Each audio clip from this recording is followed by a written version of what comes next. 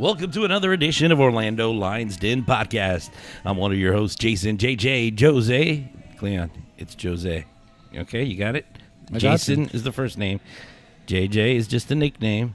And Jose is the last name. Hey, look, what's man. happening, Cleon? Hey, look, I'm just shocked. I'm just shocked and all that you're here 2 shows in a row. Ooh, We see how that goes. He's back. I'm back. Hey, JJ just wanted to make sure that he wasn't the only one mispronouncing names. That's right. João.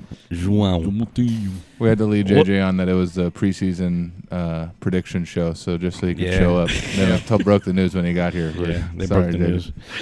So, Cleon, what's happening? How's everything going? Everything's good and going good. I'm a little worn out, to be honest with you. I had to do a little more work than I'm used to yesterday. Oh, you had to he wasn't fry more texting chicken back yesterday. I was worried. No, it wasn't that type of work. I had some housework, man. I've been putting off for like 2 years now. Oh. I had to put a little fence together yesterday.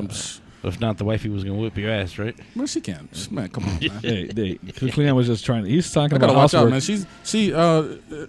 It caught me off guard. She liked one of my tweets.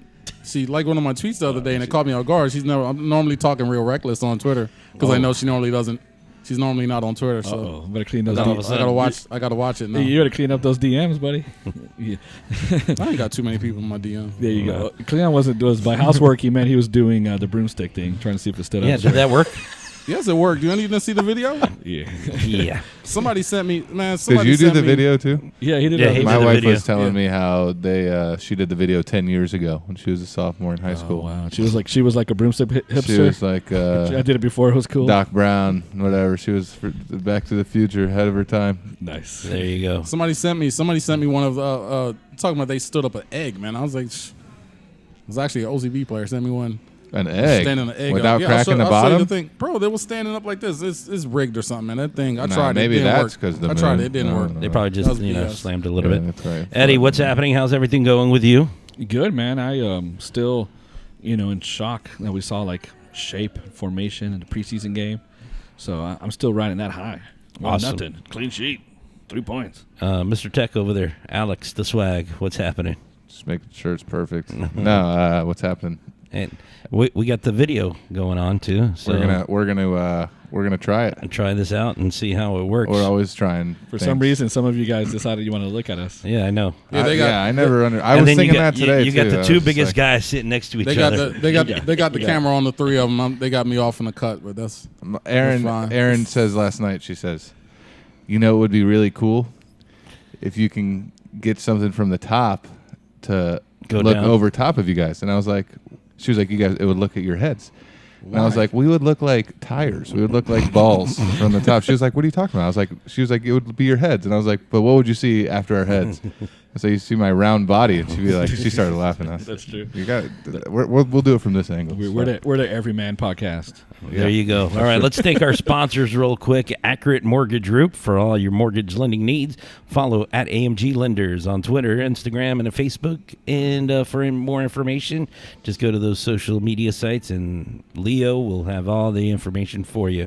Also, let's thank Casey Sports Bar right here in the Heathrow Shopping Center in Lake Mary. As you can see on the video, if it's working. This is where we're at every Tuesday or Wednesday. if it's working. If it's working. Hopefully it's working. We edit that out. Yeah, we'll edit that out. Oh, there's no more edits. The days of edits are gone. That's right. No more edits. So, Casey Sports Bar right here in the Heathrow Shopping Center. Tuga Landscaping.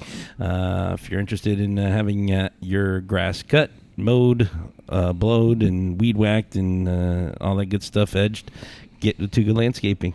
Go to tugalandscaping.com. Eddie. You need a slogan for that, JJ. We got to come up with something. Yeah. I'll think of something. I think you're onto something with the blowed thing there. That sounded and a then little it kinda raunchy, went off. to be honest with you, bro. that whole spiel that was a little raunchy. Was it a little raunchy? Yeah. Last sponsor is Field Turf USA. We're glad to have them on board. Field Turf is a select member of the FIFA Preferred Producer Program. They've met the high-quality standards required to deliver elite-level pitches worldwide. They got a lot of the big pitches in the world. You see a lot of them in the Champions League, and we're glad to have a big company like that sponsor us. Awesome. All right, guys. Well, first preseason game is in the books against Montreal this Saturday. It was our first open door game of 2.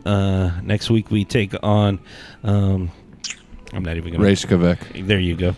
I'm happy you're here for that because It's in my blood. Thank you. I couldn't say it. We all turned to Alex for no random reason. And so, yeah, we all looked at him.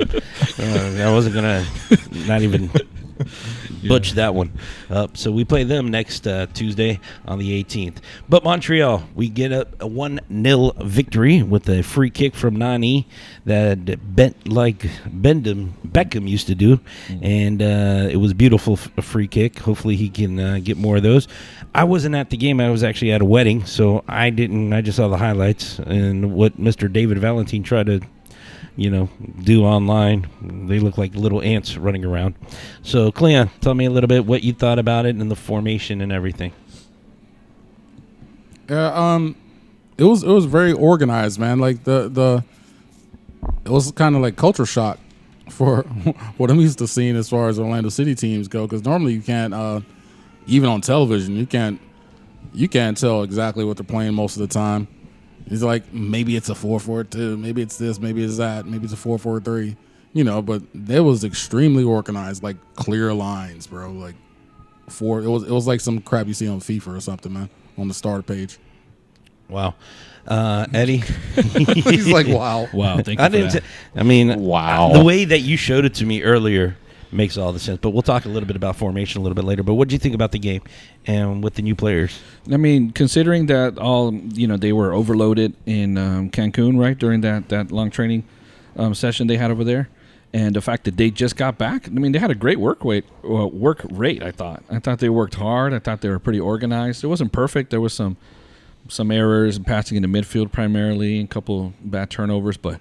It was organized. You looked like they had a way of playing, a style and a formation, and that was exciting too. My standards are kind of low at this time. I just want like effort and organization, and that gets me pretty excited.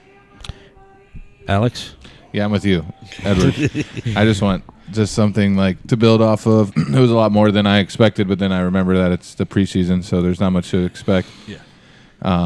For me, Thierry Henry was like his first really like appearance or game too. So Montreal had a little bit of some umph. It was a little bit more than a regular preseason game that you're used to seeing. Yeah, some tough tackles. Yeah. I mean, it got a little chippy, and I just think that they both teams were playing a little bit harder than what would have been expected going into the preseason match. That a lot of that was to the show out too, right? There was probably like 8,000, 10,000 people there. Yeah. Had the stadium full.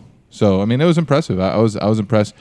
The best part about it for me was that kind of sense, like in the crowd, like there was like excitement. It was just kind of exciting. Like there was a clean slate. We're all done. Mm-hmm. We got a bunch of new guys, and there's just a new level of excitement, a new level of buzz that we haven't really seen before or felt before, at least since like the first season or since we opened the new stadium. But that was just even for the preseason game. It just kind of felt like a little different.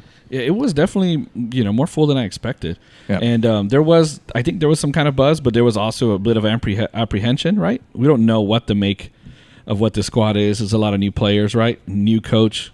So it's people are excited for the fresh start, but at the same time, we're kind of tired of all the turnover at coach, I think. So I do think the way that the team played though lends itself to like how the fan base is, like effort, hustle, organization. So I think this is going to endear the fan base to this. So I was excited about that, and it was a better turnout than I thought for sure it was going to be. Yeah.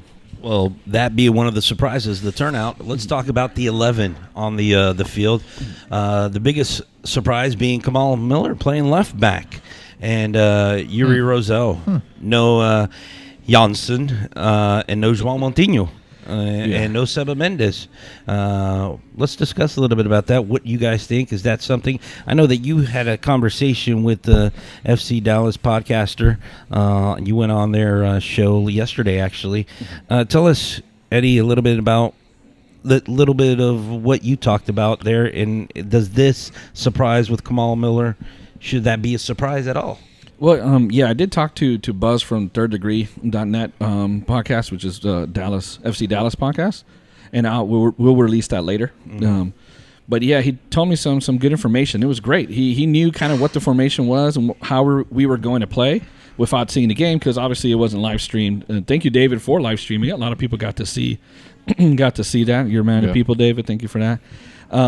So regarding Kamal Miller, I don't know. I mean, is it a surprise? He played left back a lot last year, right?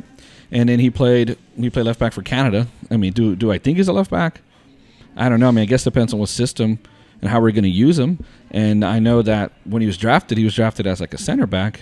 So and Yuri being in starting is not that much of a surprise to me. I think the surprise was seeing Schlegel really starting over Janssen. I think that's a surprise. I agree. Because Schlegel didn't have a lot of minutes in Racing, and he came in there on unknown on loan. And if you watch the match, he was commanding the back line. He was the leader. He was the organizer, and he's the one that getting Carlos to kind of keep a straight line for offside traps and stuff like that. And Schlegel had a pretty impressive start. So to me, that was the biggest surprise. A lot of people think Janssen is a lock, permanent marker in the 11, that he's a lock, but maybe he isn't. New coach, he doesn't owe Janssen anything. Alex? No, I agree. I was really happy with Schlegel. Me too. He honestly seemed like the better center back out of the two or three, whichever way you look at it. I was stunned with him. I was really happy. Seeing Yuri make this start was kind of weird for me. We all thought Mendez had it locked up, Mendez and the Bear, but seeing Yuri with the Bear they kind of complement each other well. So I could definitely see there being some competition for that second spot. Yeah, I think as far as like Miller and stuff like that goes, I mean, with the system the way it is, it's not really. They don't really have that pure left back in there anyway. And Pareja with FC Dallas, a lot of times he didn't seem to have that either. He had that quasi left back / left center back type of guy. And apparently they're doing it at OCB as well. If you look at who they drafted, they got Kamal Miller there. They drafted late. They got a Callahan, and he's another guy that was left back, like a tweener in between left back, left center back, and it seems it's like a system thing. And these are the types of guys you need to be able to play that, because once we go to attack, they seem like they're dropping into a 3-back system basically the entire time. So I mean, you kind of need those defensive guys. Janssen, does he fit in that, or does he fit in that at all? I guess it depends on what he wants. I mean, I guess if you look at it, I guess maybe want a guy with a little more speed over there. Schlegel, he seems like he's a little faster. Kamal Miller, he's definitely faster. Matinho, he's another guy that, I mean, I guess he could play some left center back in a 3-back system. I guess he has to put a little weight on and stuff like that.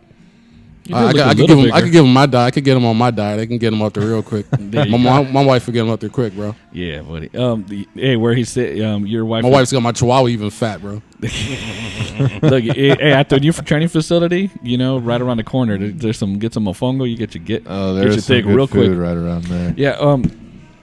What I was going to talk about in regards to the system and the fit. I think as a pure left back, if you're going to have a left back who's attacking, then Moutinho, his offense is by far superior to Kamal Miller, who really doesn't offer anything offensively. Ruan was so far up high, that he was near parallel with the penalty box at times. He's a forward, with bro. the 18. He was as a forward. Yeah, he's a forward. You look at his heat map.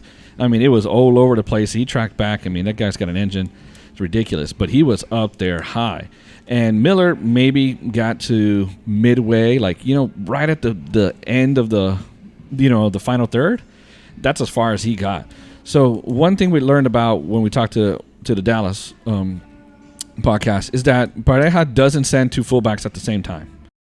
Exactly. Yeah, James O'Connor would do that. Even Lucci, who Pareja's protege of sorts, sends both left backs, and then you got 2 center backs, and maybe the 6 sits back in between the center backs. So you could have a left back who's not going to contribute as much offensively and is going to contribute more to a defensive shape, and you could do that with Kamal Miller. I mean, maybe that's the thinking right now. Maybe just because of size, Kamal Miller's a really, really good one-on-one defender, and then maybe that's what he's looking for. So in this kind of system, if Pareja does this, then I think Miller could fit. You saw someone similar in Dallas. He used Maynard Figueroa, the Honduran, and he plays center back and left back, and for Houston he's played center back, and then for Dallas he played left back and center back, I believe. So that's something that we might be seeing, but it's going to keep our shape on counters better because now we don't have the wings open. Where last year, sometimes with fullbacks, and especially Moutinho, he'd come up and they just go over the top because he was so far up. Yeah, and then Juan was up there too, so it was, Exactly. you're just back there empty, man. Yeah. Exactly. So yeah, I think the point is what we saw was structure and shape. And maybe a big left back like this, who maybe doesn't contribute offensively, is just going to help the shape and help defense. And we'll have more of the Oscar Pareja special. He's known for those 1-0 matches. And what did we see? 1-0. What's going to happen to Moutinho, you think? I don't know, man. Moutinho, Miller, if he gets called up from Canada, right? I mean, Moutinho, there's going to be time to contribute. Got to rotate. Oscar's another guy who's been looking at like the barometrics kind of stuff, looking at the heart rate and the usage, and they didn't have a lot of problems. They have a really good physical, strength and conditioning coach that they brought, one of the Bazin brothers. One of them is getting his top assistant, I believe, and the other one's the strength and conditioning coach. They didn't have the soft tissues, muscle problems that we've had here, and they're playing in 100-degree weather. The Dallas Stadium is built in like a bowl. There's no breeze there. It's sometimes 110, 100 more on the pitch in Dallas, and they seem to hold up fine. So I think they'll monitor minutes, and Moutinho's going to have to adapt to find a role, and maybe it's just a bit of a rotation or U.S. Open Cup and et cetera, et cetera. Cleon, what do you think? I think he's basically Juan's backup, which sounds strange because he's a left back. But I mean, if you look at it, if Juan gets hurt or something like that, the only other you don't have guys that are more of a like as far as attacking attacking fullbacks.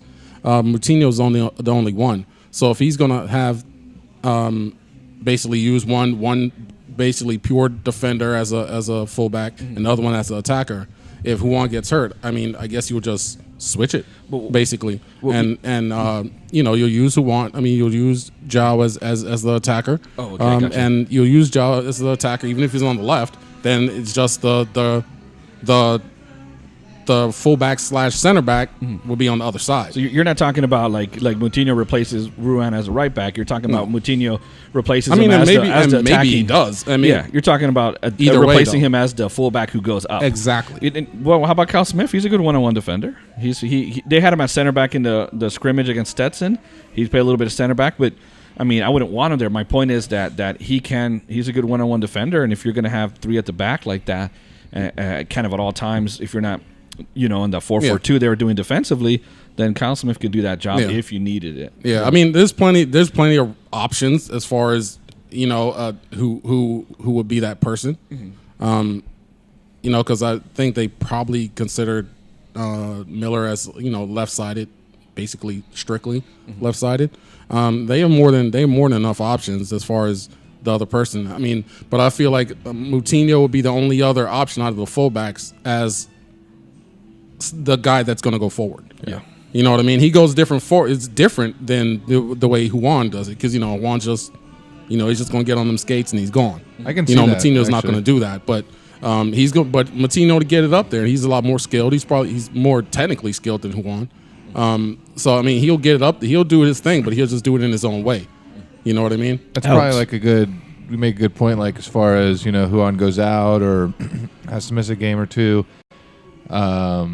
You bring in Moutinho out left, and then maybe put Kyle Smith out right, and then you just switch it over, and it turns into your three back. Yeah. Make Kyle Smith it could be Kyle. back. It could be Kyle over there. It could be Alex DeJean. DeJean. It could be whoever. They could bring Janssen in and I don't know, maybe stick him in the middle and move Schlegel over there or makes something. I don't know. Makes it very versatile. Could be anything. Yeah, and it's not that he's only going to attack from the right side. It's just that if he doesn't think Moutinho can do the job defensively, then he's going to make sure one of those fullbacks is solid defensively. Moutinho and Juan, neither one are that solid defensively. No, they're both more attacker. I think at that point fullbacks. He's going to go with at least one sure defender, and it's not that it's very possible that in now we still might add a piece, or in the summer window we we bring a left back who can do both. Yeah. So Pareja's not working with he's not cooking with the ingredients he chose. Right, he's trying to make dinner with the ingredients that are there, with a couple pieces he brought in, and a lot of the stuff that we saw. Just because he's here doesn't mean he picked them. A lot of these were in motion based on what we know about the scouting. He already said that. Yeah. So he, he's making do with what he has, and keeping. Pareja's not going to lose a game off silly stuff. The defense is going to have shape and structure. And going off of that, that's what I like about Oscar. Like, he's not this type of guy that's, I didn't pick these guys, so I can't do anything about it. I can't work with this, whatever. I've said it a million times. That's what good coaches do. Good coaches, they put players in positions that work for them, and they put players in positions that they can succeed in. You know what I mean? He's not going to put Kamal Miller out there. Hey, Kamal, get over there at left back and be who on and blaze down the side. That's not his game. He's not going to do that. All right. So he's also not going to put Matinho in a position to fail. What I thought was the best part was we started 11 guys. I'm looking at it, that were, I could see that being like maybe our best 11 as of right now. And like in like the 60th minute, I was just like really excited to see everybody else.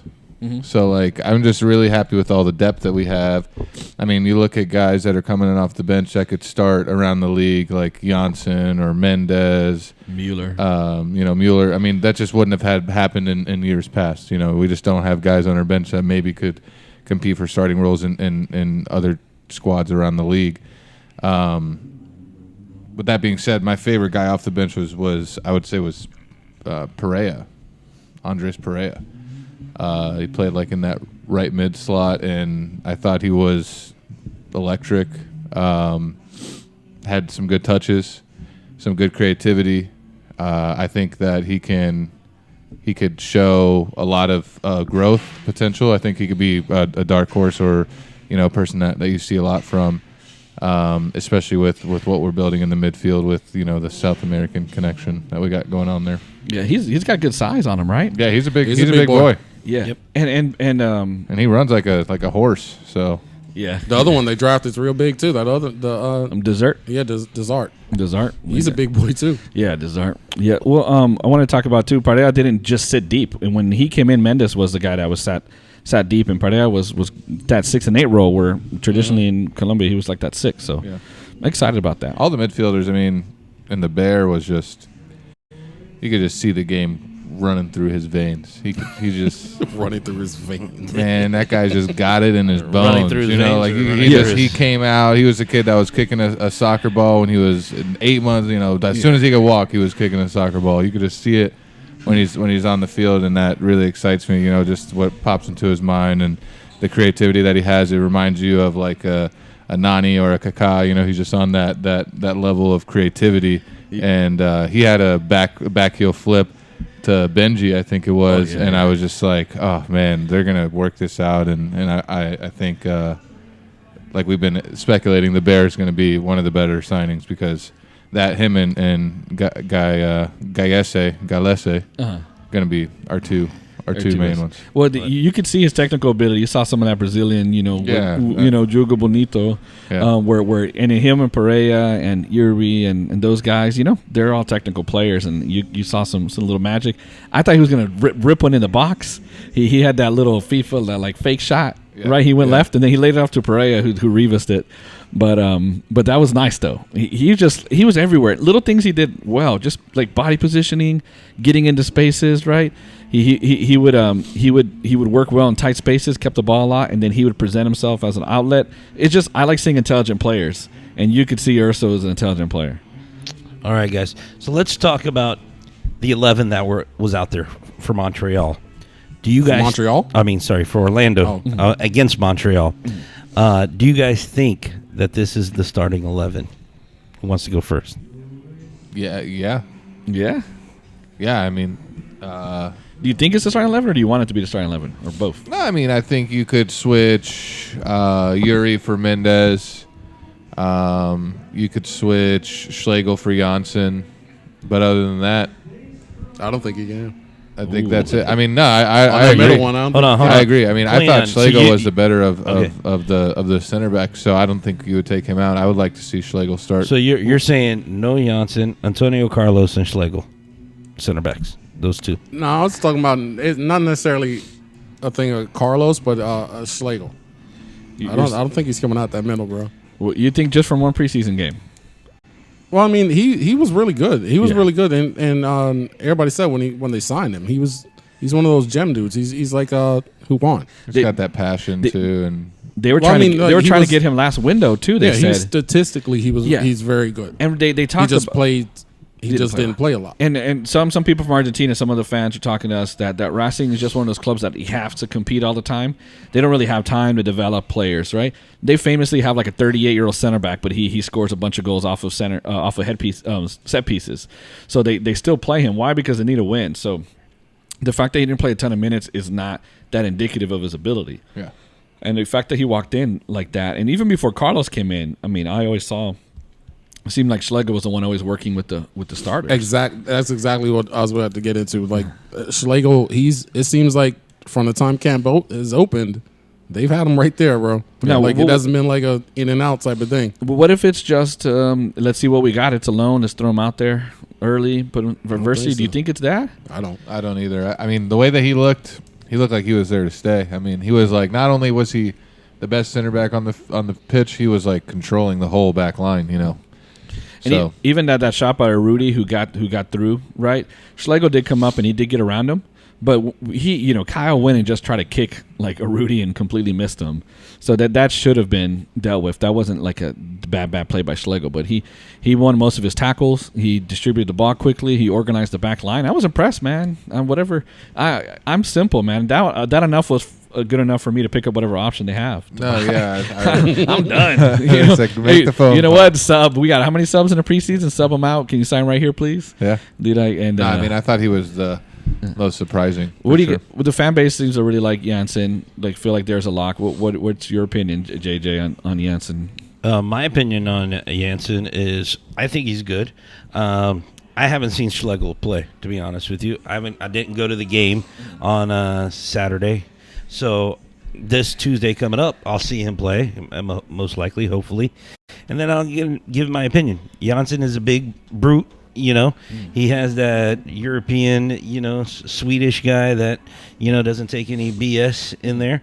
I don't know how Schlegel is. Hopefully that's what we need. We need a center back like that, and that isn't going to take any BS. So hopefully Schlegel does the same thing, and then we'll figure it out. But, I mean, until then, I can't say anything until I see Schlegel play.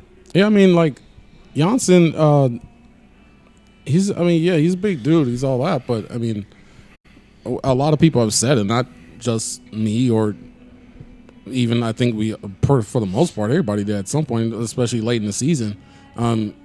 Sane was probably the better out of the two last year. Yeah. Let's be honest. Janssen, he started off really well the first 3 games, but he really tailed off. He really tailed off towards the end of the season. Mm-hmm. And like it's not like they brought him over as some big huge signing.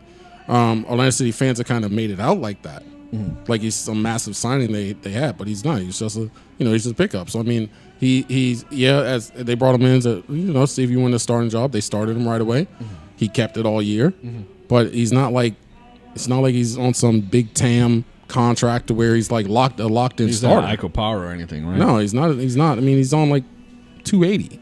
Yeah. You know what I mean? Like he's not.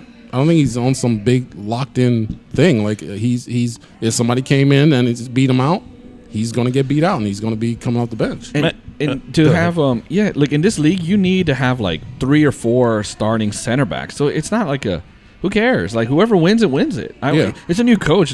All these positions. I don't want anyone. Well, I mean, guess Nani obviously and Pareja. I don't want anybody just to walk in and you got a guaranteed spot. So there's nothing wrong with that. If you love the club and you like Janssen and Janssen gets beat out, then so beat what? out. He gets beat out. So let me ask you. Same thing with Mueller. The same with everybody. But what I'm saying is like there's going to be times where you need to rotate and have Janssen's he's pretty good on the ball, etc. But a lot of it is that the fan base reacts really well to like aggressive tackles and slide tackles and that kind of hustle. And Janssen had those moments. But if you look back, there was some lapses too. There was a lot of them. Look at the San Jose game or the Atlanta, the Open Cup game, right? He got out of shape there.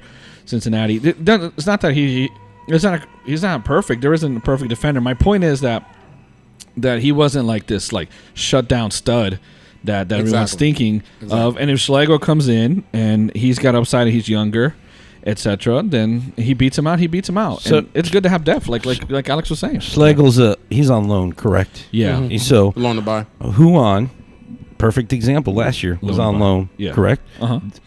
Did phenomenal, beat out a lot of players, and guess what? Now we signed him, and he's our starting right back. Schlegel could be the same way. And he become a fan favorite. We, as a fan base for Orlando City, I think we get too attached to players. Fans do. Yes, they do. And they need to stop it. I mean, they switch back, except for Higuita. Is Adrian Winter coming back? No. Oh, don't. Please Scott don't. Sutter, he went on Twitter saying that, hey, I'm waiting, Orlando City. Everybody started on Twitter going, hey, let's sign him. Really? Come on, guys. That was a classified. Does he speak Spanish? So, I mean, that's the thing. The thing is, hey, we need to stop being infatuated with these players and let these guys play. The coach is here, Oscar, Pareja. He will do a great job, I think, to get these players, and he's doing it right now. He's showing, what he did with the lineup on Saturday against Montreal, and you gotta wait and see. If you guys want every coach to have like their time and wait and see and do their thing, then like you can't get too upset. Not that everyone was, but you got to let him do his roster and let him see how that plays out, right? And let him go through it. The FC Dallas teams start off usually pretty good, and then he makes adjustments. He's not afraid of benching someone. He doesn't know anything to anybody. He just got here. Not everybody's his guys. But one thing that's been said about Pareja always is that when you go out, you leave it all on the pitch and you go to war for him, then he defends you to the hill. So a lot of this stuff in Mexico. In Dallas, one thing we learned is that he had an off-season program, and they came in fit. He didn't have that opportunity to instill the off-season program here, so he probably had those 3 days to separate the wheat from the shaft. Was that? Yeah. And then you see who rose to the top, and then maybe Schlegel just wanted a little bit more than Jensen. He finally got a chance to get minutes, and he outplayed him. Who knows? But let's give him a shot to see that through. And we can still root for Jensen and chant for Mueller to come in and all that stuff. But we need to root for winning. And whatever lineup that comes in that wins, that's the lineup that's my favorite. I think that we're focused, or we're talking about like the defense, and I don't really think the defense is going to be. It wasn't much of an issue last year. 22 goals less allowed. So I don't know if we need to be worried about the defense as much as we need to be worried about goals. And we had a tough time again finding goals. Any goals from the run of play. Dwyer had a couple opportunities to miss. Not a lot of shots going on. So that still definitely concerns me after just a preseason game. I mean, I wanted to see some peppering of the goal, of the keeper, and just wasn't. It was really just a dull game. And when I walked out of the stadium, I was thinking, are we going to get goals? Who's going to give us goals? Who's going to do it? Because it didn't look like anybody wanted to. Yeah. All right. So what do we see tactically from Oscar? Do we like what you guys saw from him tactically? Go ahead. I wanted to jump on with what Alex said. There was some chances created. A lot of it was just maybe better decisions. Maybe like I thought Benji probably could have shot once or twice. For sure. I don't think Dom the header that was tough. You can't make every header. I don't think he did anything wrong there. But Pareja could have put that on frame. I don't want to see us being a team that shoots 10 times and gets one on frame again. We need to get that down. And there was a couple. Ruan got maybe a couple. Balls get through. He a couple of his pullbacks. So there was some stuff there. But one thing I did like is that I didn't feel like we were chasing the game. Right? I didn't feel like we were out of it ever. I felt like we were in control, and I kind of understand what the whole protagonist thing is. I felt like we let them have the ball in their third. And in the middle, we didn't really care, but we countered quickly. And the old Dallas teams, they countered quickly. They scored quickly. They went vertical. And you saw Ruan and Benji going vertical out wide, and the wingers tend to cut in, etc. We saw that from Benji. So I could see potentially where we're creating chances, right? But we need to be clinical, and that's what I'm kind of worried about. I know Nani can be, but can Dom be clinical? Benji can get on crosses and stuff in the box, but can he drive through and score? Is Pareja gonna Is Mauricio Pareja going to contribute goals? Right? Is Urso going to contribute? So yeah, where are the goals coming from? So let's talk about tactics. From this Saturday's game, what did you guys see tactically from Oscar, and what did you guys like from what he did? Does it fit the personnel on the team, Cleon? For me, yeah, it does. It's not conventional at all what he's doing, but it is a little creative. Like it's you're going from 4-4-2. It's like I've seen some people saying it's other things, but it's not. It's a 4-4-2, 100%. Well, on defense, yeah, defensively, 4-4-2, 4-1-1, whatever. Yeah, same thing. defensively, it's two complete separate blocks of four there, and Nani and Dom, up, whether they're even or they're not, it's whatever. But it's a really creative. Like it's not just sticking people in places because that's where they're supposed to play, and then leaving them there like a Nani. Like if you're doing a 4-4-2 on paper, you'll say, okay, well put him at the left wing, and if you're going to start Benji as well, put him up top with Dom as another forward. But you don't want that from Nani. You're going to struggle. Nani's not gonna be able to get back like that, man, and defend and then bust up the line, all the type of. He's not doing that, man. Mm-hmm. So it's why put him in a position to fail, or not be able to give you what you need just because he's Nani and just because he's a left wing. That's where he's supposed to be on paper. Mm-hmm. So yeah, on defense, put him up top, and you put Benji over there. Benji's got young legs. He's super fast. Even when he's tired, he's faster than 80% of the players out there. So it's not going to matter. Same thing with Juan. He's a winger. Offensively, he's a winger. He's a classic winger. He's really fast. You get him out. They're getting him out there. They're just transitioning. Anytime we get the ball, it's like it's really fluid. Offensively, the only set thing was they always change it at 3 in the back, and whatever formations it is. Sometimes it's 3-5-2. Sometimes it's a 3-4-3. Sometimes it's all types of things like that. But I really like what I saw, and I like that Pareja isn't being a slave to to the roster, if that makes any sense. Like he's changing things to put players in positions to succeed, not fail. Yeah. You know what I mean? You're gonna stick Kamal Miller out there at left back. We say, oh well, he's not very good at getting forward, bro. That's why he's not sending him forward. Mm-hmm. You know what I mean? Mm-hmm. If you want your left back busting up the line, Kamal Miller ain't it. Yeah. Not gonna happen. Period. Alex? No, I mean I 100% agree. I thought it looked, as fluid as it's gonna look for preseason game 1, but when Cleon told us what was going to be kind of going on and what to look for pregame, you go up there and you look and you see us when we have the possession, we're switching to that 3-5-2 or like you said, a 3-4-3 even at points. But Juan is just going forward as far as he can. So I like it. I think it's dangerous. I think that adds a lot of versatility. You can put Janssen really at any one of the spots at that point. Like we were talking about earlier, you could throw Moutinho out left and then put somebody like Kyle Smith in at the right center back. Overall, I think the connection, you could kind of already see a solid connection between the players that were on the pitch, and I think that's going to be a main reason as to why that probably will be a main chunk of the starting 11 that you'll see. It just works better when everybody's on the same page, and you could really see that with the center backs, all the way up the spine, from the center backs, from the goalie to the center backs to the two midfielders. You could really see cohesiveness, and I think it's gonna only get better, especially with what's going on. Eddie? Yeah, I think the midfield, you'll see better and better passing soon. Now, you could see the one thing we talked about when we suggested a 3-5-2 before was that Pareja always does a double pivot, right? Yep. And we saw that with Urso and with Yuri. Now, Yuri's passing range is something that's pretty useful, and you saw it, like a couple one-time passes out to the wing, right?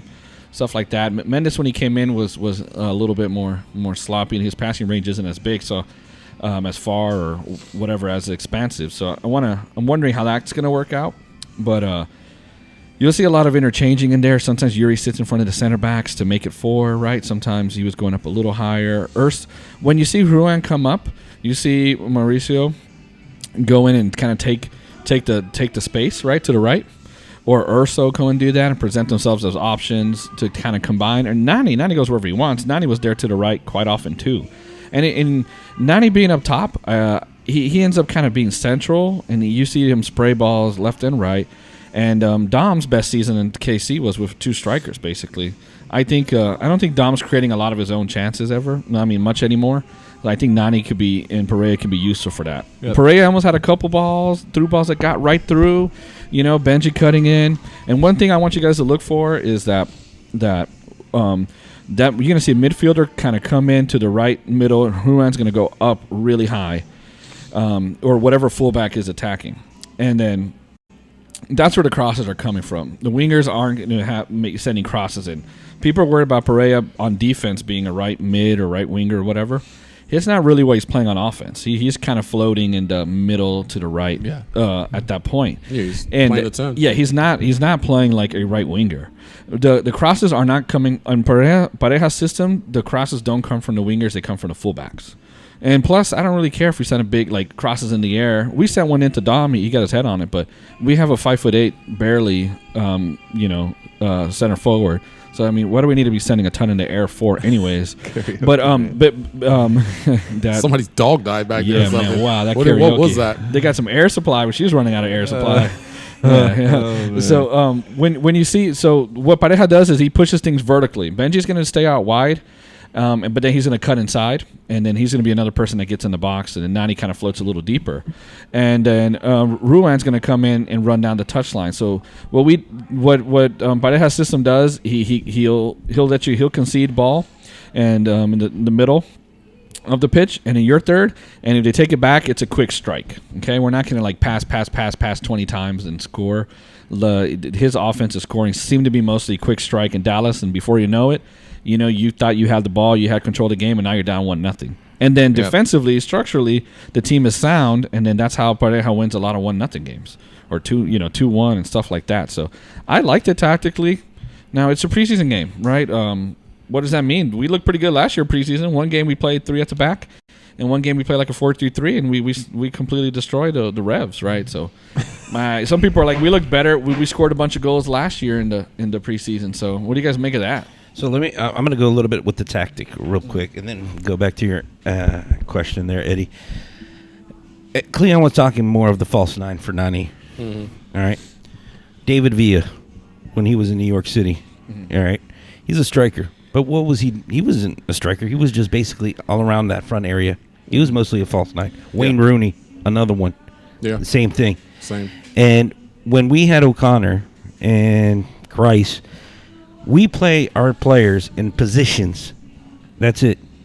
Kaká, I think, was mostly free to do. But when Christ and O'Connor came in, and mostly O'Connor, he played Nani on that left wing. Okay? The ability that Nani has, okay, he could school a lot of these players. I don't care if he's in the middle, if he's on the left, he's up front. And it was proven last year. And the times that he was free last year to play a little bit more like a false 9 or roaming around, we actually played pretty well, where we didn't have him just on that left side. And the point I'm getting at is I like this tactic that Oscar's doing.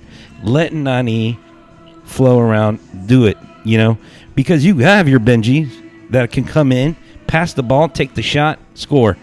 Dom, the striker, or whoever, Akindele, and then on the other side, you got Urso, who's supposedly scored the goal today against the Tampa Bay Rowdies. And he's a great shot. He could take great shots. So I like the tactic that Oscar's letting Nani roam free and doing what he wants.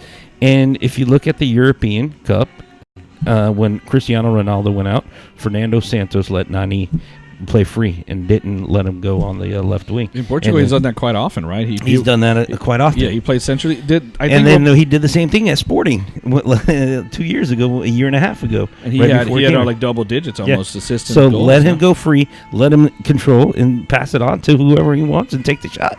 Because now you're going to have people, man, they're singing loud. Wow. Sorry, folks, if you guys hear these. We normally go on Taco Tuesdays, but today it's Karaoke Wednesdays, man. Does anybody know what song that is? No, man. No, they just ended. Yeah. But you're right, Eddie. Yeah, he did do that, and he was in double digits in his goals and assists also when he was with Sporting. Doing that. I think Pareja's looking around. He's like, and let me just like sometimes sports they complicate it, especially soccer. It's like these philosophies and blah blah blah. Pareja's like, how do I get my best guys on the ball as often as possible? Let me do that, and then we'll fill in the blanks. It's as simple as that. Did you see that switch that Nani had from the left to Ruan? All the way on the other side. I didn't even, Juan hadn't even started running yet, and he already saw it. Yep. And then he had a couple good balls, and then exchanges, and then all kinds of stuff. And the free kick you scored on, he was centrally, and he's the one that got fouled. Yeah. Right? So, and he was around the box. So I got about Antonio Carlos, too. You could see he was always had his head up looking for that switch pass. Yeah, he had some good switch to out to Benji and stuff. And Carlos, a couple dangerous crosses Montreal had in the box. He got his head on him. The signing for being so big, I thought he could have got his head on more stuff. Yeah, he was terrible in the air, which made no sense to me. Not at all. With those It's flamingo like one of those legs, guys that's too big, got too big too quick, and just doesn't know what to do. Doesn't have the coordination. Yeah.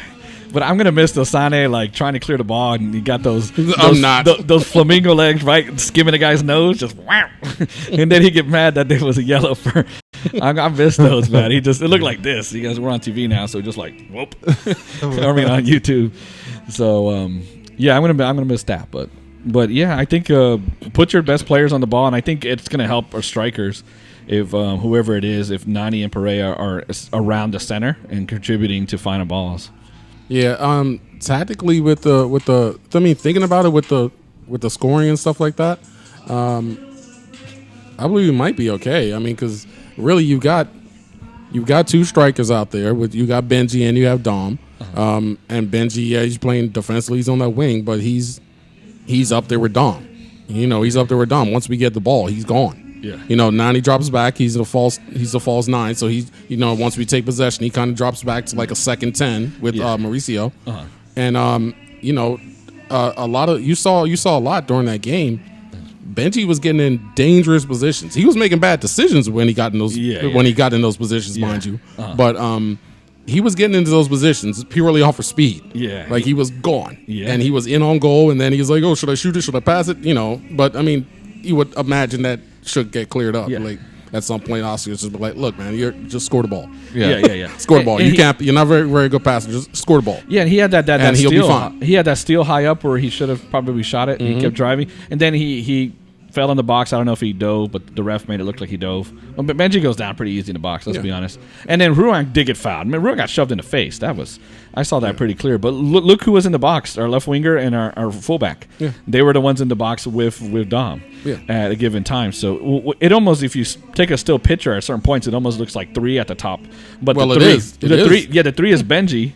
Benji, Dwyer, and Juan. Yeah, we're essentially you have with Nani and freaking Mauricio behind it. I mean, that's dangerous, bro. And Urso coming up, click, right? Yeah. And Urso coming up, and Yuri, you got to give him credit. Tactically, he's smart enough to see, okay, this space is Urso's taking up this space. Let me sit back a little bit. Yuri's problem was not tactics; it's just athleticism when people are running at him. And like I said, Pareja, when he's got him in there, he's telling Yuri stay back there.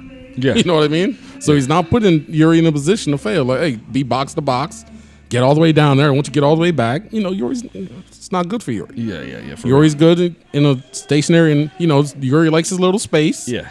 I'm going to work out of this little area right here, and I'll be fine. Yeah. And that's what he did. If you watch Juan, that's a fast twitch athlete. Or an Urso. When you watch Yuri, that's not. It's just like Forrest Gump when the braces came off. Like it just takes a little bit just to kind of get going. So you don't want him chasing. Actually, that's a pretty good one for Sane too. Like, yeah. Sane actually got fast. Sane actually got fast and made up that space.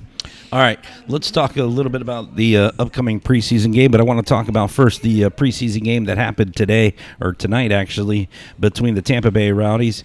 The Orlando City Lions did defeat the Tampa Bay Rowdies 2-1.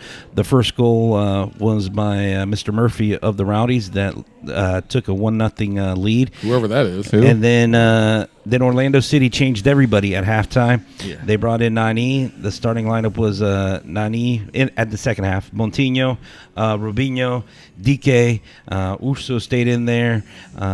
So they had a bunch of different Bender. players.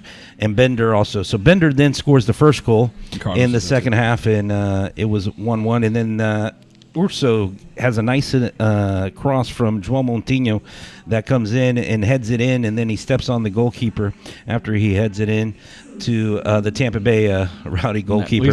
So 2-1. Wait, what's that? Urso stepped on the goalkeeper? Yeah, Urso Man, I'm stepped telling you, on the goalkeeper. Urso is just making his he's doing everything right to endear himself with the fan base. I mean, he's got a lion he's got a He's Mickey like, Mouse what are they tattoo. going to do? Suspend me for the next friendly against the Rowdies? Who cares? Yeah. He's got the Mickey Mouse tattoo, right? He's got the fro, So- I dope, like and then he Urso. stepped on a Rowdy. I mean, that's So you guys were talking about earlier about João Montinho. Well, it looks like Cross came in. Looks like Juan came out in the first half. So then João Montinho stepped up and went to the other side and got the cross into Urso, Boom. which was the goal for the 2-1 victory in the 80th minute. we didn't watch the game. That's cool. We get it right sometimes. So, hey, there you go. So what do you guys think more or less in the next preseason game? What can we see possibly in the next preseason game? Are we going to see the same lineup? I don't think so, but I think we will see something different. We might see Mendez starting. I think we might see Montinho this time. We'll see things switching. That's my opinion. What do you guys think? I think you'll definitely see Janssen, Mendez. But than that, probably much the same. I mean, guys like Dwyer, maybe not Nani. Maybe Nani you'll see in like the second half. But guys like Dwyer, Juan, Antonio Carlos, Gallese, those guys you want them to get going. They gotta get into form. As we've mentioned, August is going to be brutal. We every point is going to count the same. So we got to get our guys into shape, into form.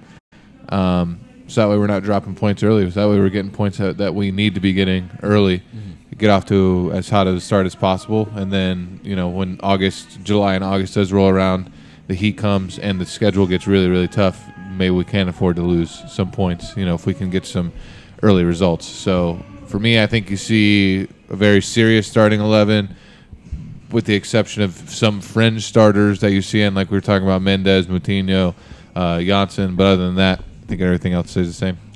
I want to see what they do. I don't want to see Nani start this match because you got to get ready for the opener. Nani's out for the first two matches. Yep. I don't know who's going to take Nani's spot. Maybe to be honest. Robinho. We've seen that he's. Well, Robinho played had it. Yeah, in his Instagram post about his goals, he was playing right wing. So he was actually like a winger in that side. I wonder what we did on the left side because we only played really one winger, and it was Benji. I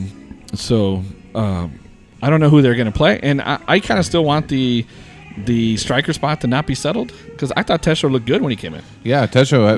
He's a had better a technical goal. player. Yeah, I don't know how he. Yeah, didn't have after a goal. Mueller's shot, after Mueller's but- shot, he just couldn't get his leg extended. He makes some goals that you're like, wow, and then some goals that you think just get your big old foot on it. He just doesn't. Yeah, got It's his weird. toe stuck in the grass. Basically. Yeah, exactly. Yeah, that's because we changed. Because we had a football game on the pitch and the grass was messed up. Where his toe got stuck was exactly where they put the goalpost in, Yeah, and that's what it was. It was offsides. Yeah, Well, exactly. I want to go back to what Alex was saying. If you give me a second here, Eddie, then you can continue. You're correct about how the season's going to be long. We got a tough schedule coming up. And remember, we talked about the bench earlier, about Chris Mueller being on the bench, maybe Janssen's being on the bench, and how these players can produce on other teams. I mean, this is a great opportunity to get some of our players to get some rest because then you got U.S. Open Cup. Don't forget that. And so, I mean, this will be a great opportunity. Our bench is probably going to be the best, I think, because we have great players that could be starting lineup. I think it's definitely the best bench best that of what? we've ever seen. So you said our best bench. Yeah.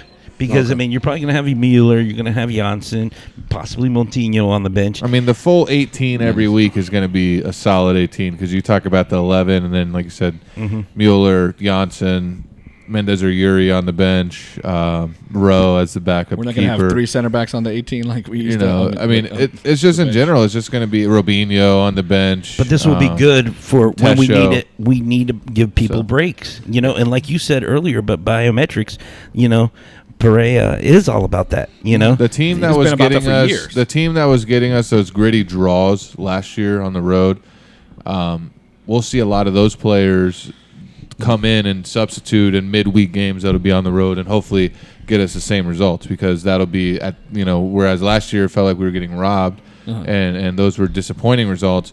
If we can fit those draws in with our backups on the road in between victories at home with our first team, then that's how you make the playoffs. Yeah, you get Kamal Miller a rest, or you put him in at center back, and Moutinho comes in, and Kyle Smith comes in for Ruan. Yeah, Kyle Smith, instead of you being a come regular in, starter. Tesho Jansen starts. comes in an open cup instead of Shane O'Neill. Yep.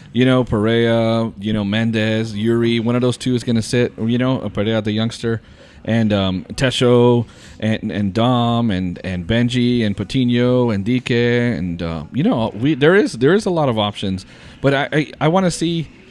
I want to see who plays that Nani role, or if he changes the shape. I don't think he's going to change the shape, but I don't know who plays that. Cleon, what do you think? I think Robinho maybe. What if Nani doesn't play? Yeah, When Nani doesn't play, 'cause Yeah, I mean he's out out for the first 2 weeks. I mean, maybe just moves Benji up. Maybe just moves Benji up and then puts one of the other wingers in the left. You don't think Robinho at that Robinho time? and Either Nani can be Robinho or like for like switch? or Mueller. The guy who but I then would put Robinho personally, but you would put That's Rubin. me. How about Mueller as that false 9? I mean, Mueller's played he played a 2-striker setup in college. you know what? Yeah, he could be up there too. Yeah, I could see Mueller. Yeah, he and- could definitely be up there too. Yeah, Mueller and Dom. I think but Tesho's smart and Yeah. good on, Tesho's smart and can combine well. But that's what DK. I don't know what word with DK, but DK is known for he's as good of a passer as he is a goal scorer. He holds the ball up well. He's good at combination. He's got soft feet. Maybe DK and Dom. I don't know. Mueller continues to show his capability to electrify off the bench. He did it in a preseason match. So, I mean, he's just always hasn't. He's been a fringe starter, but for me, if you can have a guy that can play smart and can be electric off the bench, that's a whole nother. It's like the NBA. You have some guys that are the sixth man that can go and score 20, 25, 30 points a game. And they specifically start the game on the bench just because they're better off the bench. Yeah, So, Manu Ginobili or someone like so that. for me, having a guy like Mueller on the bench isn't the worst thing. Even if Nani's out, you start Robinho, and then you still have Mueller on the bench to bring you that extra kick if you need it. And then I think he learned from that Chicago debacle. I think that will never leave Chris Mueller's mind from last year. And even if you're tied or you're leading, you can still bring him on as to count on playing the defense that you need and getting back. So Mueller or Benji on the left wing starting. without Nani, Yeah, I mean with Nani, just like your starting 11. Is it oh, Mueller I'm or putting Benji? Benji over Mueller right too. now. Yeah, for sure. Anybody else disagree? Anyone disagree? No. For me, I would like to see Benji and Tesho with Nani being that Nani and Pareja being that false 10 or that 10, and then Nani being the false 9, and then seeing Benji and Tesho would be really my preferred as opposed to Benji and How about you, JJ? What Dom. All right, so Mueller on the left side, no. Where do you want him on the right? I would do him on the right, but he needs to come off the bench. But wingers, if you're a winger who cuts in to shoot, Mueller just goes right the whole time. Well, he needs to shoot. That's a big thing that he didn't do last year. Yeah. He would pass it off the ball and try to no. Benji's the man. Let him play. Yeah. He's quick enough. He knows. I like Benji. Yeah. Now, not Akindelli. I'm not a big fan of Akindelli. I think Dom's the man this year. I'm sorry, whoever disagrees, but I think Dom's going to be the guy this year. Well, I thought one Dom guy got his wish. Define the guy. Yeah, the guy. Yeah. I want the guy back when it was Sporting Kansas City and his USL days, not the guy that Like came 6 years ago. probably 6 years ago. I think he can do it. I think he can. Who wouldn't like to be 6 years younger right now, right? Well, I think he could do it. Let Nani roll free and find Dom and Dom can put it back in the If back. Dom can't get double digits with Pareja and Nani feeding him, it's just not going to happen. Then it's not going to happen. It's If not you're a gonna- starting striker, you trip and fall into double-digit goals. Yeah, and that's why. Tesho got double-digit goals. have to exactly. there, Yeah, you know? Mueller's better technical player than Benji, but Benji's speed is an asset. Mueller doesn't have that speed, and then Benji crashing the box, and he's a better finisher. There's Way things better. that Mueller can do that Benji can't do, but I think the upside from getting Benji minutes is worth putting him in there. I like Tesho, but I mean, look, Dom played. I thought he played fine. He played well. He had some nice link. He had a good pass, a one-time pass to the wing. I thought he looked spry. I thought he did fine. Whoever wins the spot wins the spot, but I wouldn't be mad if Tesho won it. I disagree with JJ. I just Shocker. can't. I Anybody can't. disagree? I can't get behind it. I mean, I think at best Don gets like 8 goals, 10 goals maybe, but I wouldn't be surprised to see. So you're saying Tesho's going to have more goals than Dom?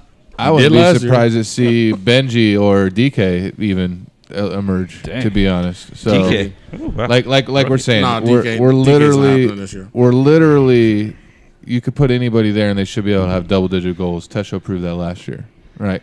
So I wouldn't be surprised to see anybody else. But for Dom, I mean, it just you almost have to try to have as bad of a season as he did last year. You can't get any worse than last year. You can. I mean, You know, that's the thing. That's why I mean, I was I'm thinking having about it. hopes. We were talking about the tap in against Atlanta, the tap in against whoever NYCFC. The header, yeah. You talk about the we won in PKs against New England in the New Open York. Cup.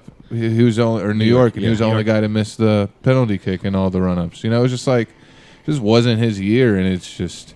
For me, that's something that's really, really hard to turn around. You're not buying the contract year. This is the last chance for a big paycheck. He's 30. Kids are Nope. growing a little bit. Get a little more rest. I don't. You don't know. I mean, you can want to play better all you want. Are you going to? Yeah. That's a different story. The- You know, do I have any doubts that Dom wakes up and says, "Man, I want to play. I want to have 15. I want to have 20 goals. I want to make another $1.5 million contract. I want to make more money." Yeah, he does, but is he going to? That's a whole different story. Down, Brown down on Dom. That's a whole different story. Well, we'll All have right, to I'll, wait and I'll see. go. I'll go. Good news, bad news with him. Okay. My good news is, if Dom plays the whole year and he's healthy, he will have a bounce back year. But mind you, Oh, here it comes. here's the bad news. Here's the big butt. Here's the bad news. Sydney gets pregnant again. No. The bad news is That's good news. Dom is a 12 to 13 goal year scorer. So that's what they be bouncing back to. 12 or 13 goals. and he was, what, 8 That last ain't year? it. Yeah, Doyle said if he That's could not have it. 15 to 20, It's not we're enough. in the playoffs. I mean, that's a no-brainer, obviously. But It's not enough. This is the thing, though. Okay. You could see how he had enough chances in the limited minutes where he could have got 15 last year. Oh, he could have had 15. He should have had 12 with Yeah. his Bro, we eyes had a ton of. closed. Everybody knows that. Everybody knows from the stats and all But that. We his- created his a ton finish- of chances last year. Yeah, his finishing was just really poor. It's got to bounce, like return to the mean, right? He can't be. Yeah, but the mean ain't very high. Yeah. That's what people need to realize. People keep still- thinking. the People keep mean- thinking he's a 22. People keep thinking his regular is a 22 goal a year score Yeah. or the 17. No, those were the outliers. that was like Barack Obama. Those were the outliers. Those were 2 years out of however many years he's been a pro. Even if 15 or 17 is the mean, That's that not was the high. mean. 12 to 13 is the But mean. even if 15 was the That's mean it. for Dom, Yeah. Which is not. that was the high. That was great for MLS in 2016. Yeah. That's not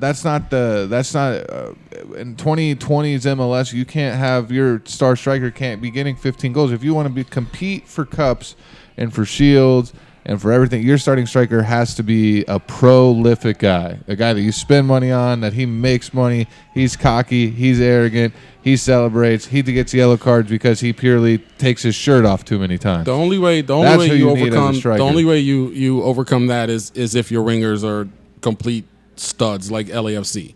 Yeah. You know what I mean? Because they Even have, like Atlanta, you see they had, They get double Martinez digits has been on both fantastic. I'm sides. not taking anything away from Joseph, but you've got a guy like Gressel who's just been feeding him. You had a guy like Almiron feeding him. I mean, all for his whole career in Atlanta. You know, it's going to be interesting to see what he does this year, but That's why I'm hoping Nani will start feeding him. Well, That's it yeah. goes back to I hope Dwyer. Nani It's just takes him. it's just how do you stop feeding him? Like last year, Be greedy, Nani. like Take 'em yourself. anybody walked in and could have got double-digit goals. Nothing against Tesho last year is a great accomplishment, but with the amount of minutes that if you have a bulk amount of minutes, you're going to score double-digit goals when you have guys like Nani, Pareja You around put a you, ton. who on making chances happen. Yeah, that's we need to get like I said last time podcast. We need 3 guys in double digits or something. I think it can happen though. I think it's easily. I think it's a striker, accessible, Nani, but who's the third one in double digits? Benji. Talk about Nani. Yeah, you talk if about Benji's starting, he's getting double digits. Yeah. If Benji's starting, he's getting double digits even where he's playing because he's like I said, he's playing a striker still, even though he's on the wing. As soon as we get that ball, he's gone. And he's right up there next to Dom. And remember, historically, with Fabian Castillo, and the Benji's, he's got that kind of speed where what Fabian did was get behind, get vertical, and then he cut inside, and he finished. Fabian wasn't in there spraying crosses to nobody. No. How many penalty kick goals we get last year? I don't know. It seemed like enough. It never seems like enough. No, it seemed like enough. I mean, Nani got like 3 he got a goals decent like that. He's got a decent amount. 3 or 4. I'd like to see it like 8. Yeah, 9. We haven't had that since like those first couple of years of Kaká, bro. I'd like they're to see it. They're giving us PKs like crazy. We need it. That's because Dom doesn't know how to flop. What? He does know how to do that. Yeah, he's saying flop. It's just not very convincing. He's not good. He doesn't command a respect for it to get calls. Neither does Benji or Mueller when they fall. Nani flops and girl he that cried wolf. Huh? Yeah. If you're gonna remember what Nani did in Minnesota, Minnesota, flop 99 times when you actually get hit the 100th time, they're not calling it. Yeah, for sure, exactly. All right, let's move on as we're past the hour mark. Lord have mercy again. The biggest concern. That's what we do. Guys, what's our biggest concern or biggest thing we need to either improve or that we are solid or what we're solid in, what position, or get somebody in to get fixed? So the transfer market's now out. What do we need to maybe fix our roster right now, possibly? So what position do we need to solidify with an addition? Yeah. Well, not necessarily with an addition. Either we need to prove that either we need to prove that, well, a position that's maybe we think is questionable. That we need to improve on. And we need to, go through this preseason and see if, it's going to be solid or not, or if we need to bring somebody in to fix it. Well, we should be. We need a striker. That's obvious. I just, for me, this team is a playoff. Is not only a playoff roster. This team's a top 4 Eastern that's Conference high, team. Wow. Ooh, that's high, bro. If you go out and you sign your prolific striker, you go out and you make your $10 million buy, and your $5 million a year guy. You go get your Joseph Martinez. You go get your Zlatan. You go get your Pavan. Whoever else people are getting. If you go get that guy, this team is a top 4 roster in the East. With the addition of the goalkeeper, the center backs. I mean,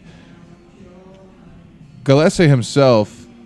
You're talking about that guy's going to maybe get you 8 to 10 points himself throughout the year. Wow, he's going to change. He's going to change 3 to 4 matches himself. He changed this one. That double himself. Save. We're 1 for 1. He turned a L into a W. That's 3 points right there. Mm-hmm. If we're in the, and that's one game. So he's going to get you 8 to 10 points by himself. That's a lot. I'll go 6. But for me, 4? You look at Dom. Ooh. You look at our striker position last year. It cost us 15, 20, 25 points.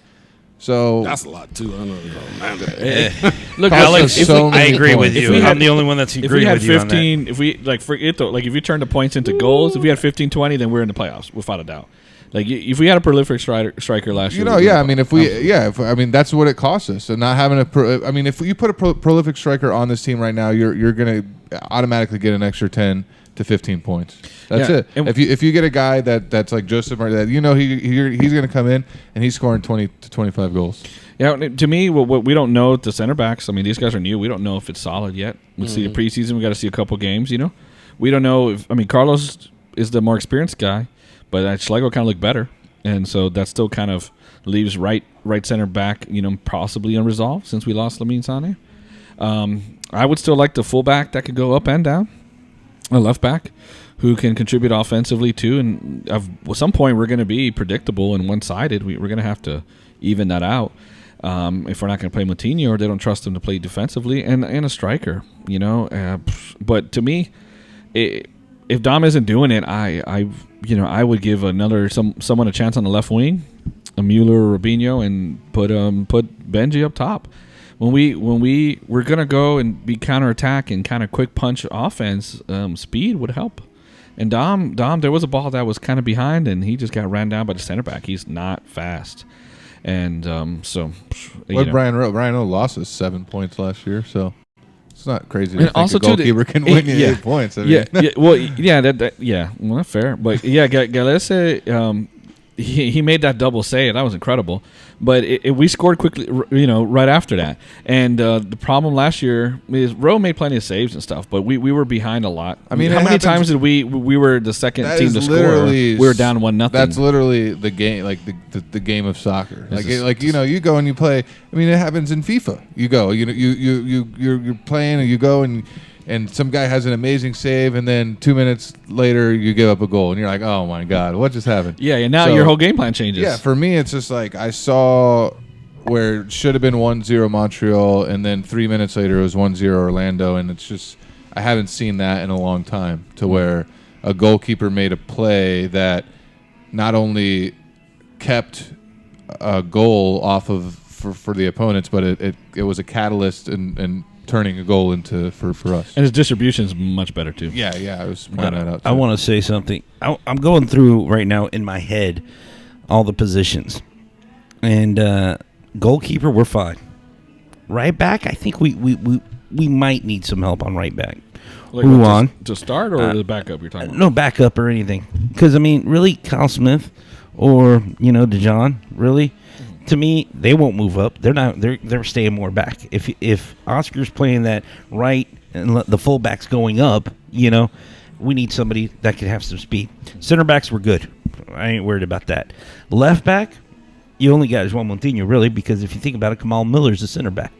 Okay, but if he plays in that role of left back, then comes back and plays center back, but doesn't move up, then. Okay, but we still also need a left back. So I'm looking at speed-wise for going up. Mm-hmm.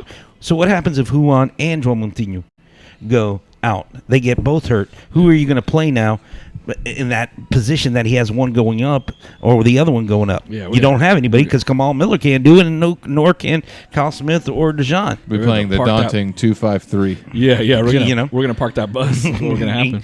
So midfield, we're at that fine. point, you play 3 at the back. Is what you do. But midfield, you're fine. Yeah. Striker, you guys are trying to get Alex. You're saying to get a striker, a big striker. Well, they tried to. They tried to get Econo. I'm good on that if we get somebody good. Okay, but if not, I mean, you got Patino, you got Dwyer, you got Akindelli, DK. I mean, you got strikers there. If you bring a big guy in or you bring another striker in, somebody's going to have to go down to B team. Okay, well, there's a lot of them going down. Well, you got a whole bunch. I mean, if you think about it, you got Bender, you got all these guys. So I think honestly, right back or left back is what we need help on the most. Okay, I agree. I mean, I could agree with that. Fullbacks for sure, because right now you only have 2 guys that can go up. That's it. One on each side. Yeah. They both get hurt. We're screwed. Yep. Cleon? I actually would say either left winger or left winger. Well, actually, I think we need to get whoever's next to Urso settled. Oh yeah. Good We point. need. I actually think that's probably almost a glaring thing.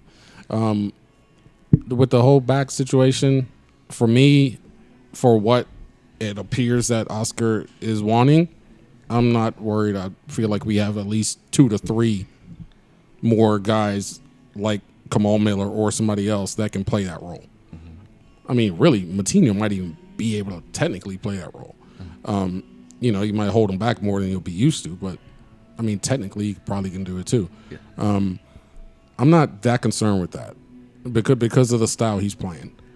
I would think we need to find out who's gonna be next to Urso. Number one, like if it's gonna be Yuri, if it's gonna be Sebas, maybe Andres gets in there. Who knows? I mean, we've only seen one out of the however many preseason games we've had. So, yep. After that, you have to figure out if Dom's going to be enough. If Dom's going to be enough there, you might, or else you're gonna have to do something. I don't know what you. Yeah, because you can't have Dom. Like we're saying, if you stick, let's just say base player A, just the average player, you just stick him in at striker for the full amount of 90 minutes for 34 games. Say he's going to score 14 goals with what the service gets. You can't have Dom going out and scoring 8, getting all those same minutes. He can't be worse than the average, and the average probably won't get it done. There's a stat for that. Better than average. There's a stat for that in football and baseball, which are they're way ahead of soccer in analytics. It's like wins above replacement. Exactly. Where Dom Dwyer was basically replacement level. You could bring anybody in and get 8 goals. I don't. It doesn't mean that's all they do is goals. Blah blah blah. Score goals is the striker, but it is like in goalie. You see Miguel Gallardo talk about goalkeepers being game changers, making saves that change games. We need a striker who scores goals that change games as well. And the midfield, I want Mendes. I like Mendes a lot. I want him to continue to develop.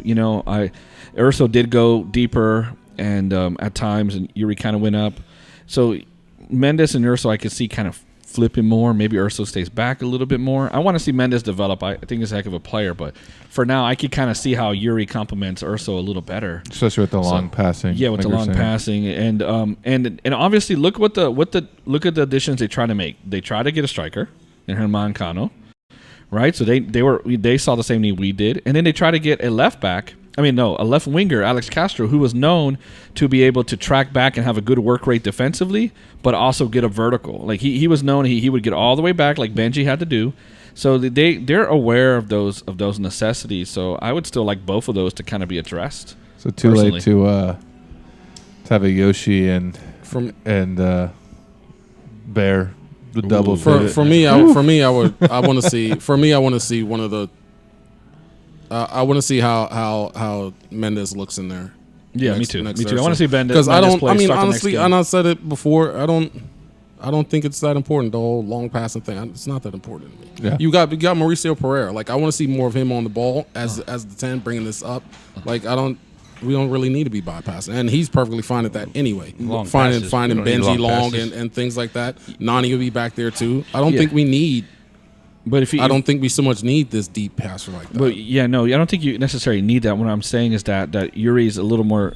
Yuri's is pretty good at passing in tight spaces as well. Mendes is good at that, but kind of only that. I'm just saying depends on what versatility. What I'm saying is I think offensively, I think that's really all we need. Well, just like when Aguida was in there. I mean, Aguida wasn't dropping the long balls, but that when he's in there, that attack with that little short pass and getting it to the right people. Getting in the right people's hands instead of just blasting balls long. That's what worked. Well, yeah, I don't. And when I say that he can do that, doesn't mean you do it all the time. But if we're going to put pressure vertically, then long balls is a way to do so. If we're going to do quick attack, then the way you get bypass lines is to have line breaking passing, and you have to have passing range. So I'm not saying that Pareja wants to do that exclusively. Yeah, I'm saying if he does, Yuri can do that though. That's what I'm saying. But you're doing it from different levels of the pitch now. You saw switches from the center back. If he's down right in front, then you could see switches from there, and then Pareja can come up. You have options. It's long passes. I don't think. I would just rather. They never have. I don't know why you guys keep talking about it like if it's an often thing. It doesn't mean long. Any pass that goes farther is less likely to succeed in any sport. Tell that to Liverpool. Always, yeah. Long passes don't work. Yeah, but the point is that what I'm saying is if Pareja values that trait, then Mendes doesn't have that trait. I still think I want to see Mendes and Urso together because I think that they can work well as double pivot, go up and down. What I want. And we know Mendes. What they had in mind for him was more of an 8 role, more box to box, not like a deep lying 6 like O'Connor mainly used him for. So I want to see Mendes develop into that because I think he can. I'm just saying that if he wants someone sitting deeper. And he wants someone to be able to have more passing range, then I see why he played Yuri. But I want to see Mendes in the next game. I want to see Mendes and Urso together and see how that works out. All right. All righty, folks. Well, it's that time of the night, day, or whatever. We are way over past our time. We don't have a time. We keep saying that. We're past our time. Yeah, it's our own time. I just don't want people, saying that we're going too long and they just take us off and don't want to hear us. I gotcha. I think the only people that say we go too long are you and Cleon. Yeah. Mm-hmm. Huh? What? The only people that say we go too long are you and Cleon. Yeah. Well, I don't know. I'm about efficiency. Got a new hashtag yet, Cleon? Yeah. No, No. No hashtag it. What happened to efficiency? I need a hashtag. Bro, it's got to come natural, man. I can't just make it up. Okay. All right. Well, we'll see you guys. I told you. Somebody has to earn their way into my heart. I hope it's like just. a Gita I did. hope it doesn't. It's not a hashtag. I hope it just turns into a roar like a bear. What? No, I don't want that. No. Don't listen to him. No. I don't want to see Cleon do a bear roar. There's some kind of like dainty paw. Yeah, with his paws. No. Yeah. All right. Little chest beating. We'll be action. back in 2 weeks with our season preview and our predictions, which I thought it was this week, but I guess I was wrong.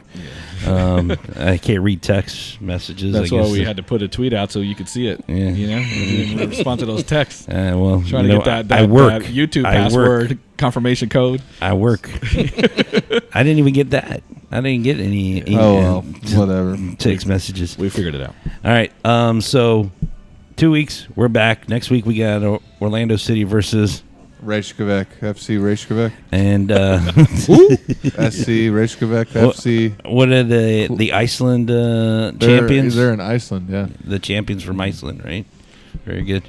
All right. Any good players on that team? I have no Elsa. idea. I bet you there's probably a few. Named Gunner and Thor.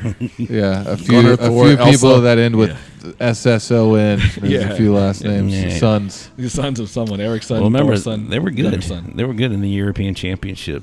Well, I don't think a lot of their. Well, maybe they are playing local ball. They still have the 40, 50-year-old goalkeeper with the sweatpants. I don't know. The It's like dentist. 300,000 people there. The dentist so. coach. That was underdog. All right. Well, we'll see you guys in 2 weeks. Let's go City, and we'll see whoever's going to be out there. Cleon, myself, Alex, are you going? Yeah, keep an Tuesday? eye out for potential giveaways before Yes. the start. Yeah, of the the preseason opener. We got some giveaway ideas. So We got stay some- tuned on we our also- social media Season accounts. opener, yeah. Yep.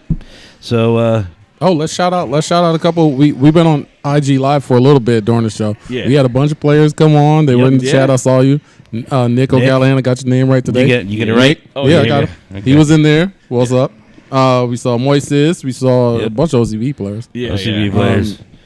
You know, I hope Robert Johnson wasn't there because y'all was talking trash Yeah. when around that time. I hope Yeah. the karaoke singers don't listen to us. Yeah, we're making fun of them. All right, guys. Until in 2 weeks, we'll see That you. lady singing was so bad she offended me, bro. Like that was There you. ridiculous. Wow. I was offended. You were offended? All right. Let's go. Vamos, Orlando's. See ya. Till 2 weeks. Thanks for listening to the Orlando Lions Den podcast. Until next time, be sure to check us out on Twitter and Facebook and at OrlandoLionsDen.com.